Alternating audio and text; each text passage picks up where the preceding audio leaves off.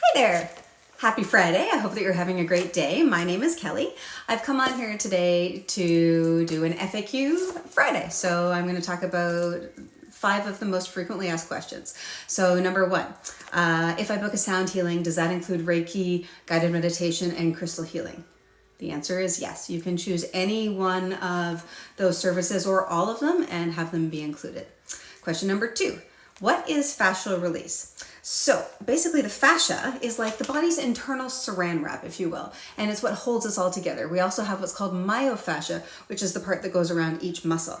So if you look at the pictures here, the parts that you can see that are blue, right, down the back here, you can kind of see it down the arms. Same thing up here. This is a different back line. So we've got superficial back lines and then deeper back lines. If I flip the page here, you can see that we've got them up the front, and you can see here, actually this picture shows it better than the top one, but you can see it's all over everything, even the crossing over of the knees and the inside of the thighs. And then down here you can kind of see how it crisscrosses right across the pelvis. So that blue part is fascia. And like I said, it's basically the saran wrap that holds us together. So it's kind of like osteopathy meets massage. So for example, you keep your clothes on, unlike a massage, and you would be on the table, and I would do a bunch of different techniques like strain and counter strain and basically smooth out that fascia. And it's just like our bed sheets in that when we put them on fresh, they're nice and smooth and what have you. But then after we've slept on them for the night, we wake up and they're all wrinkled. So basically, it's like smoothing out your internal bed sheets is what this service offers with the fascia. And according to Prevention Magazine, fascia has 10 times as many nerve endings as our muscles do. So basically it becomes our pain highway. So if you've had any surgeries, anything where they've actually cut through the connective tissue, then you're going to have scar tissue, which is made up of something called fibrin, which is what the body basically uses to create scabs and scars. It's also in our joints, and it creates like a sticky substance and can, make arthritis worse. But with all of that, if, like I said, you've had any cuts or anything like that, any damage, according to Prevention Magazine, the fascia has 10 times as many nerve endings as the muscles. So if you think about that, for those of us who are old enough to remember dial-up, it's like the difference of information transfer between dial-up and high speed. So, it's a fairly significant difference. And basically what I do is I just kind of, like I said, smooth out those internal bed sheets and, make your back feel better, make your legs more limber, whatever it is that you want to work on, we can do that. Frequently asked question number 3 is, can I incorporate fascial release with the Reiki, sound healing, guided meditation, crystal healing, etc.? The answer is yes, you can. You can have all of those services alone, or you can upgrade, which is a higher price point and a slightly different service, to include the fascia release. Or if you'd rather not have the Reiki or any of the other things included, you can do only the fascia release. It's entirely up to you, and whether or not you choose to add in the Reiki, guided meditation, sound healing, crystal healing, it's the same price point as if you were only going to have the fascia release. Number 4 is, does Reiki include a chakra cleansing, clearing, balancing, and upgrading? Absolutely. It includes that and so much more. Basically, we work on any blockages that you've got, anything that you're ready to release. We work on releasing that, creating new patterns, and basically working together to create the environment that's good for your body, that's going to bring about exactly what you want. Question number 5, and talking a little bit about the release there, is a lot of people ask, well, what's the difference between a new moon ceremony and a full moon ceremony? And realistically, we have 13 lunar periods per year, as I'm sure all of you probably know.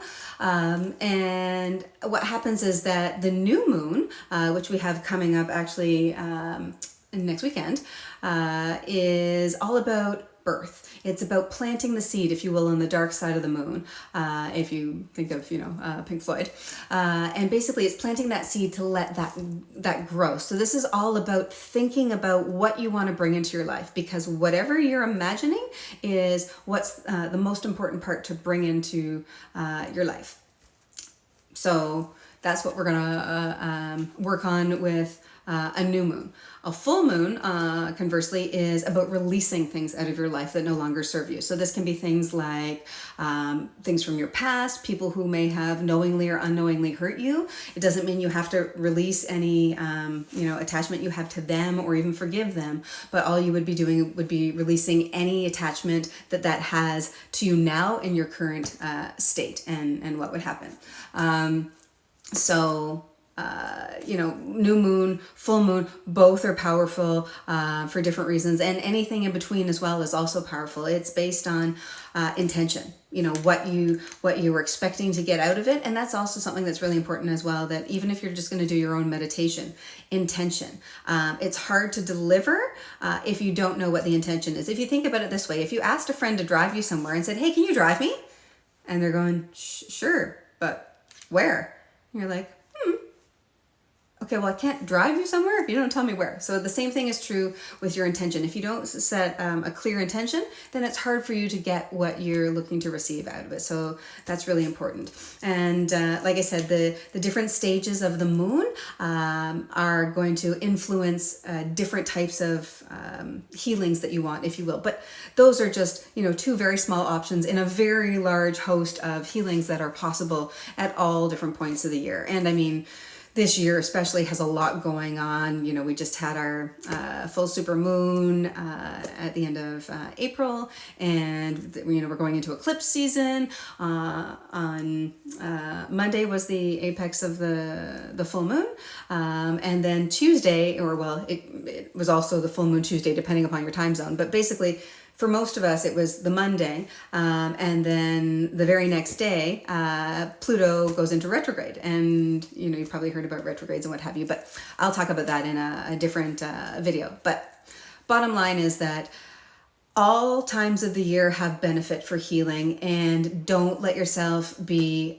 swayed by going specifically only for the new moon or only for the full moon, because ultimately, even though each of those is about releasing or planting the seed, that's still possible to do at other points of the month. So don't get hung up on that. And if you have any questions, please don't hesitate to let me know, and we'll go from there. And specifically, rather than just a comment on the post with a question, if you could send me a direct message, or if it is a post on the comment, then just as long as you know that I may not be able to get to it as quickly, but direct messages are far faster. So anyway, hoping that you have a wonderful day and a wonderful week ahead, and go from there. And so I hope to see you soon. Take care, much love, spread kindness. From me, Kelly, and Reiki Releases. All the best.